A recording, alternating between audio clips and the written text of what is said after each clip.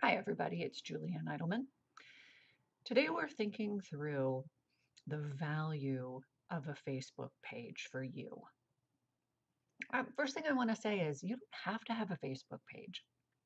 If a Facebook page for you personally or a Facebook page for the work that you do in Parenting by Connection doesn't make sense, that's absolutely fine. There might be other forms of social media or other forms of networking that just work better for the work that you want to do. But in general, the parents that you want to connect with are on Facebook.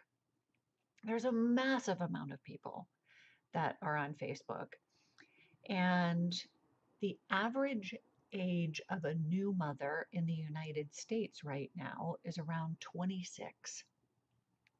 Someone who's 26 years old is on Facebook.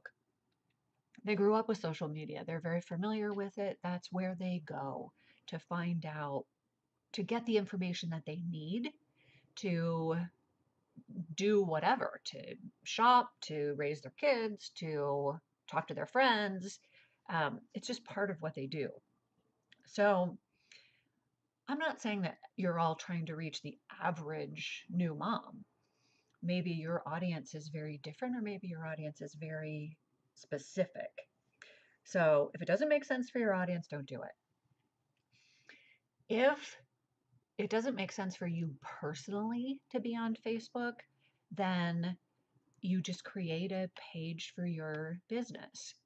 This is my profile page on Facebook. And from the profile page, from my profile, I should say, I can go to different pages. The page that we use for Hand in Hand, obviously, is one that I connect to a lot, and I can act as Hand in Hand and be that page. So from here, I can connect, I can like other pages, I can see what other people are talking about, I can do things as the page, and most importantly, I can share relevant information with the community of people who like the page. So I have several other pages. I have one page that I just devote to all my garden nerd stuff. Um, and so that's where I put together, those of you who see all the gardening stuff that's on my regular feed are probably surprised that there's a whole nother page of it.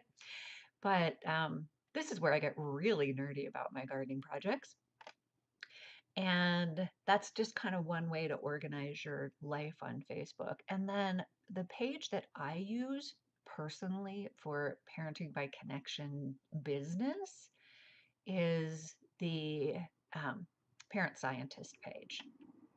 So this is where I can say things personally that I might not say on the Hand in Hand page. I can speak with my own voice here. And I can talk about what I'm interested in and why I'm interested in this particular piece of science and what implications I see from these pieces of science. And some of these things I will also share or comment on from the Hand in Hand page. But mostly this is just a collection of things that are interesting to a particular subset of the parenting audience, and they're gathered together here. The way I suggest you use your business page is as a home base for your local Parenting by Connection community. So you can just take whatever you find useful off the Hand in Hand page and share it on your page. Get all the free teleseminars, get all the free booklets or whatever is useful to your local community, but that you focus on your local events, the things that you're doing and the ways that parents can connect with you and with one another in the local community. So there are a couple things that people are going to be searching for when they look on Facebook or they look in Google to find you. They're going to be looking for you by name. They're going to be looking for Parenting by Connection in their area. So I encourage you to create a Facebook page that will help people locally connect with one another. One of the pages that I often talk about is Parenting by Connection with Kristen Volk in Denver, Colorado. Everything that you would search for is right there in the name. So it's very easy for people to find Kristen, and that's important. You might have a particular name for your business rather than just calling it Parenting by Connection with whoever, which is fine, but you need to build recognition of that name for people to find you. So it's a little more work on your end. It's perfectly fine, and we'll put it on your bio page on the Hand in Hand website. You can add a couple extra web pages there if you want. You can definitely make it happen, but it's going to be more work. So keep that in mind. If you don't want to be Parenting by Connection with so and so in a certain area, think about how you are going to get your name out and how people are going to find you. So, one of the things that I really like about Kristen's branding is she uses an image instead of the name. So people can type whatever and then they see this picture, and we've made versions of this picture to put on flyers, to put on YouTube. So there's a little cover image when Kristen puts an image on YouTube. I think there may even be business cards. I like the fact that she used a different method of branding that allows her to take advantage of all the keywords that people will be typing. And she's very, very clear about exactly where she is. So they're going to know immediately where to find her. Kristen makes good use of different kinds of posts. You can share lots of different kinds of things on Facebook. You'll find that images like this one, where there's a picture and a quote, in fact, you'll often see them called picture quotes, these are very, very popular. If you are just sharing them on your page, you don't care what the ratio of image to text is. But just for example, I couldn't promote this image because it's more than 20% text. So if you're going to invest in your Facebook page and you're going to be spending, $3 here or $5 there to promote your posts, to grow your local audience, I would encourage you to use picture quotes that have less than 20% text, because then you'll be able to include them in the posts. And another thing that I love that Kristen does is she makes these picture quotes herself. I don't know what tool Kristen uses, but the one that I like is called Canva, and there are certainly lots of them. And she just takes something out of one of the booklets, one of the classes, out of one of the videos, out of a teleseminar, out of some existing information, and she remakes it as something of her own and shares it on her Facebook page. She also makes really good use of video. So you can see all the photo images here. And another thing that's really important is that you share content that's relevant for your audience from other people, and you comment on it so that you're giving your perspective on other people's content. You want this to be a very conversational page, and you want to interact with people here. So make sure you have some things to talk about. Um, You don't always want to just be parenting by connection, parenting by connection, parenting by connection, because there's so many other things that are relevant. And it's good for people to know that there's a much wider peaceful parenting, gentle discipline community that is very focused on attachment and connection. Another thing that's really important for your page is that you make sure it's very clear how parents can connect with you. Here's where Kristen is going to be. Here's what's coming up. Here's how you can connect with her. Here's where you can find her on April 9th. Here's where you can find her today. Um, so it's really important for people to know where they can connect with you, what's coming up, and also make sure that the information that you have in your About section tells them what they need to know. Do you have a website? Do you have, like Kristen has her website here, her email address is here, there's a list of her services here, and you can see exactly what she offers and how to connect. That's very, very important in your page.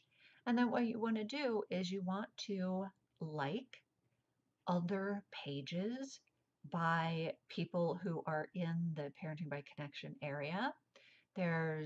I think the last time Michelle and I counted, there were 87 active Parenting by Connection instructors around the world. And you want to make sure that you connect with them and you're aware of what they're talking about on their pages. One like or comment or share on someone else's content can make a huge difference for their ability to reach the audience that they're trying to connect with.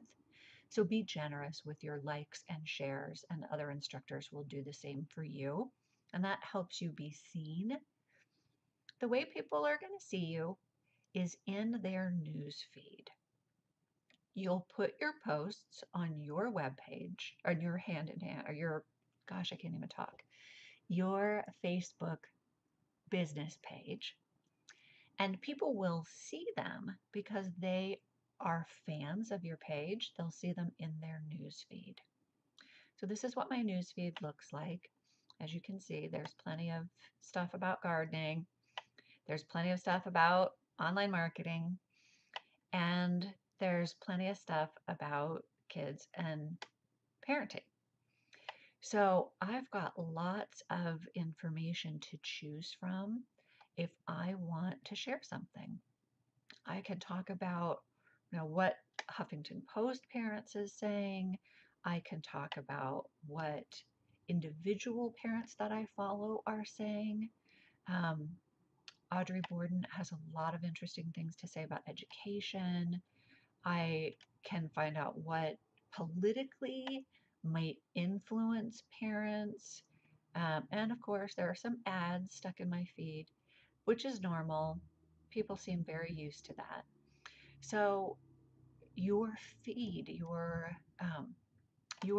when you click home, this is what you get. You get this list of all the things that people you follow or like are sharing.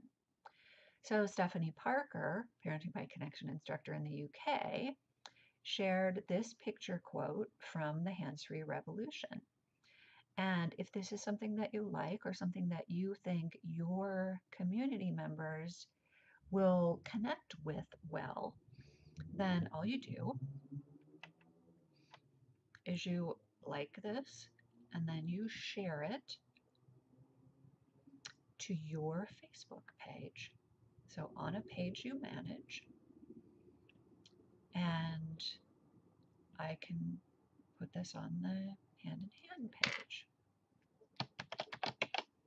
You can say something more intelligent than that. But this is just to give you an example. And you can share. You will successfully share this to your page. And when you next go back and look at your page, it will be right there on your page. So now this post is going into the news feeds of all the people, the 38,000 plus people that like the Hand in Hand page. So this is how we amplify content for one another. And that's an important aspect of what we're doing on Facebook. Part of the real strength of Facebook is that so many hand in hand people, Parenting by Connection advocates, are here together. And so that makes it extremely powerful, much more so than if you were on Instagram by yourself. Um, that might be a good way to connect with your particular audience, but you won't have much help because there aren't very many Parenting by Connection folks there. Now, if you moved over to Pinterest, then you would find that there are a lot more Parenting by Connection folks over there and a lot more resources. So there'll be more to share. I hope that's helpful in helping you think about what the value of a Facebook page for your Parenting by Connection work might be. Please feel free to ask questions. I can make more videos like this on specific things if they're helpful, or we can just discuss it in our class. Thanks.